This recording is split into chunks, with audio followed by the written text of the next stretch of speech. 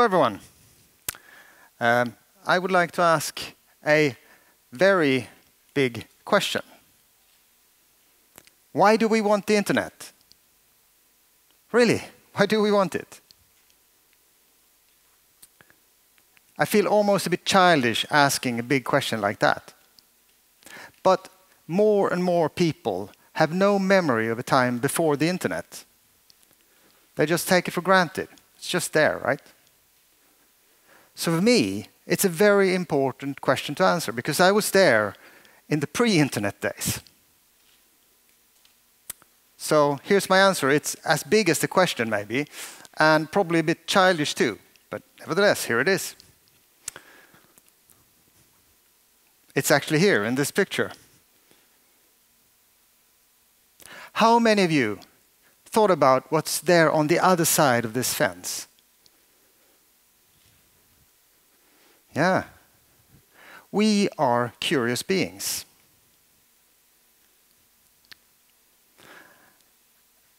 And in fact, compared to other animals, we're quite childish too. We retain our childlike curiosity even as we grow old. There's a scientific term for retaining childlike features, and it's called neoteny. It literally means extended youth. We have bigger heads, flatter faces, and shorter arms and legs than other primates. We actually look childish. And I actually look very childish saying that to you right now. But we have been aware of this childishness, of course, as humans for a long time. Personally, I spent a lot of my time in Japan. And in Zen Buddhism, there's this idea about shoshin. It would translate into something like naive heart. And it means that you should approach anything, even advanced topics, just like a child would. Other animals, they stop playing and learning as they grow older. But we humans have a continued appetite for learning. Some animals are carnivores, meat eaters. Others are herbivores, plant eaters.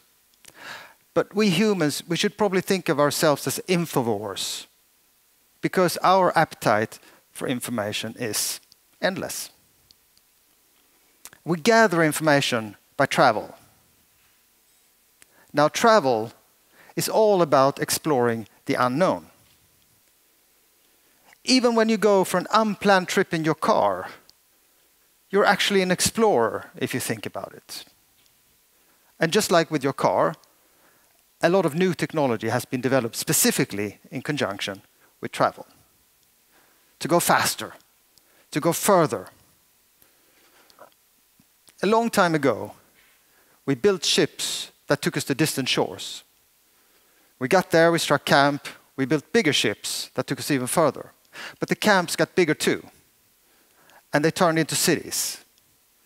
If you think about it, many of the world's biggest cities are situated next to water as a result of curiosity in terms of travel. Curiosity is not something exclusive to famous explorers like Christopher Columbus or Roald Amundsen or Neil Armstrong. It's just that back then, not everyone could be an explorer. But of course, the internet changed all of that. The internet is there for almost everyone. And I really mean almost everyone. There are about 2.5 billion smartphone users in the world right now. And if you take an old iPhone 4 that was released back in 2010, it actually has the computing power of a Cray 2 supercomputer from 1985. So we literally have billions of explorers out there using supercomputers. And since these devices let us travel and explore, we should really think about them as our ships. The only difference is that now the next shore The new frontier, as it were, is in cyberspace. And just like the physical explorers formed relationships with their devices, we talk about the captain and captain of his ship and the crew of the Enterprise and all these kinds of things. Of course, we also form relationships with our digital devices. Personally, I first formed such a relationship with the computer when I got one in order to write articles and books. Since then, of course, digital devices have changed me fundamentally. But it also changed the main character of my second novel. Published in 1990, it tells the story of a man who starts speaking a sort of machine language. His exposure to computers makes him behave partially as a machine. And in a more indirect way, I think actually that happens to all of us. We get influenced by our digital devices. To me, that's very fascinating. I've always been interested in this overlap between the digital and the physical. So that's why I went on to do a PhD in metadata modeling at a university in Japan. After that, I more concretely started studying how people are using digital devices in everyday life. First at Ericsson ConsumerLab, and also more recently as an adjunct professor at the University of Lund.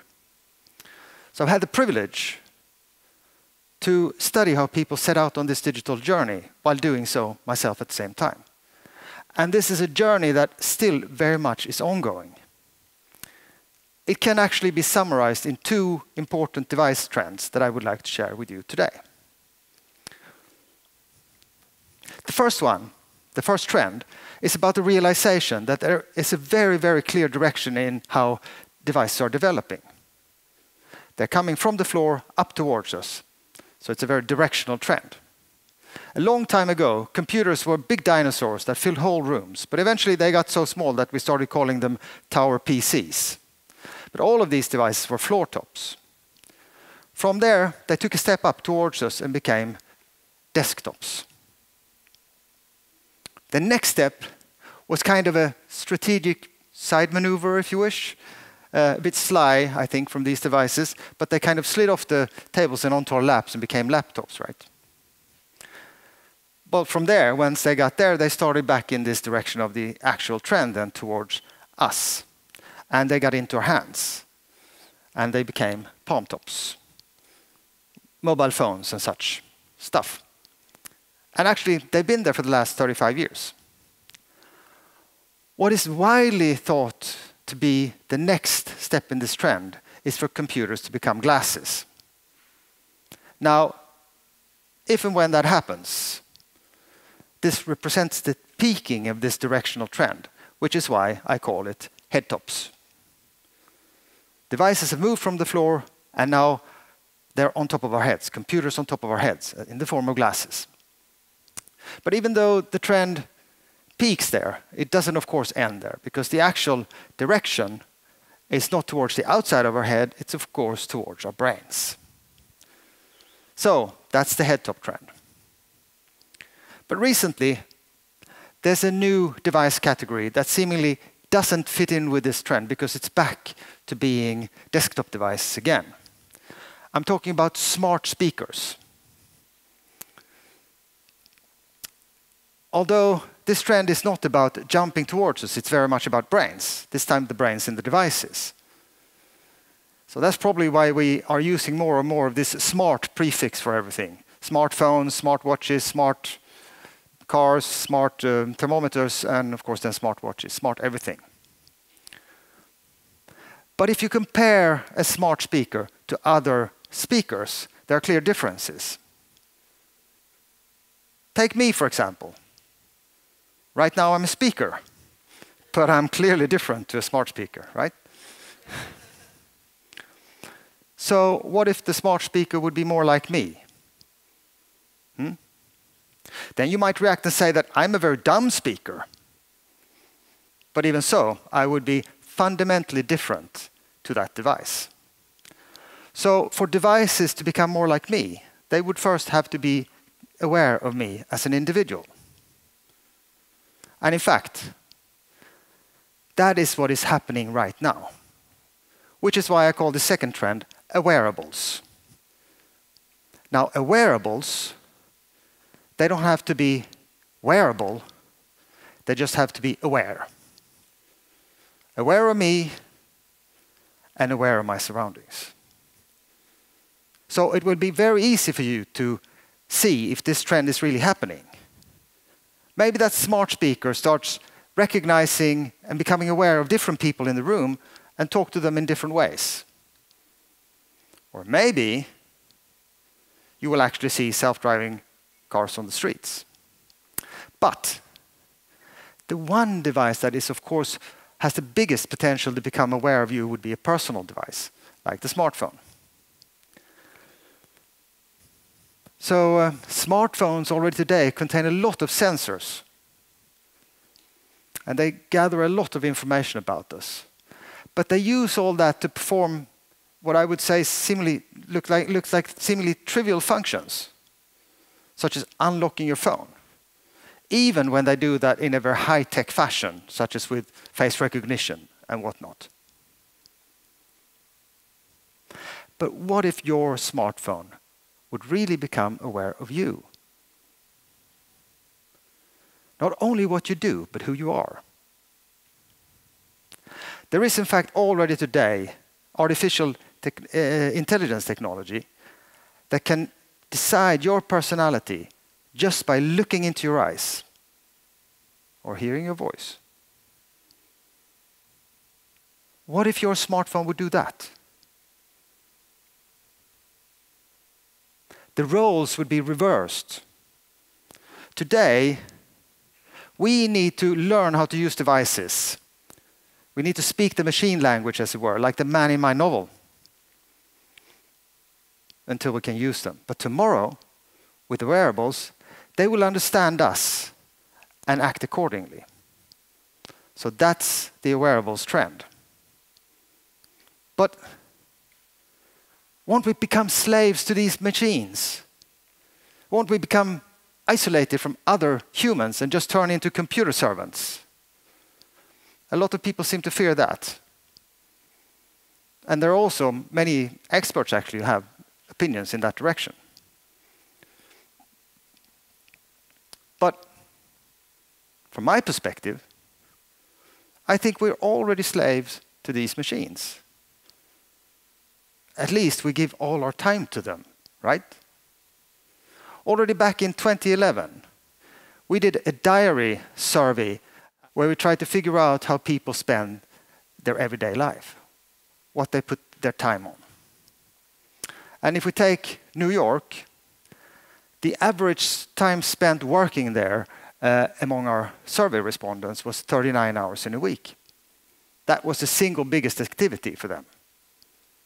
But if you would take all the time they spent in front of screens and call that one activity, even though it was on different devices, some of it for work and some of it for other purposes, but if you would just call it screen time, that was actually the #1 activity, 41 hours.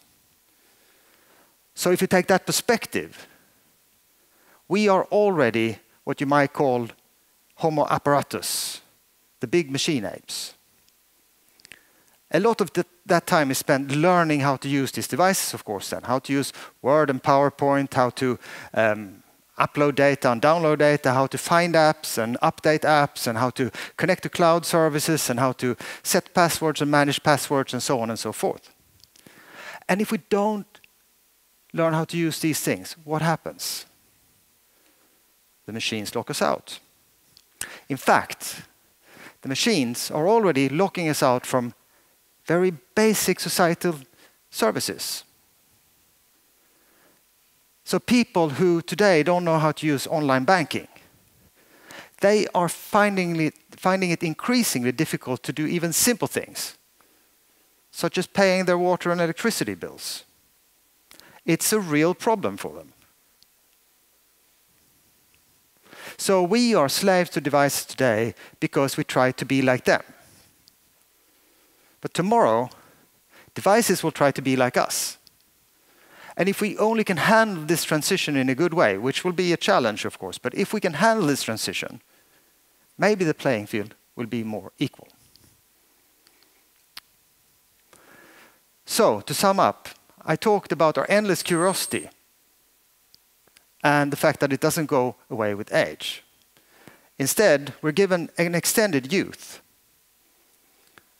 And that lets us explore the internet. The internet is there for us to use our curiosity and explore.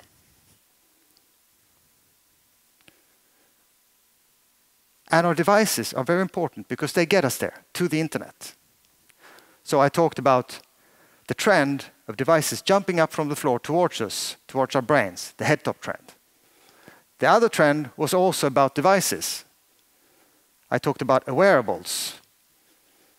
Within some years, machines will know us better than we know them.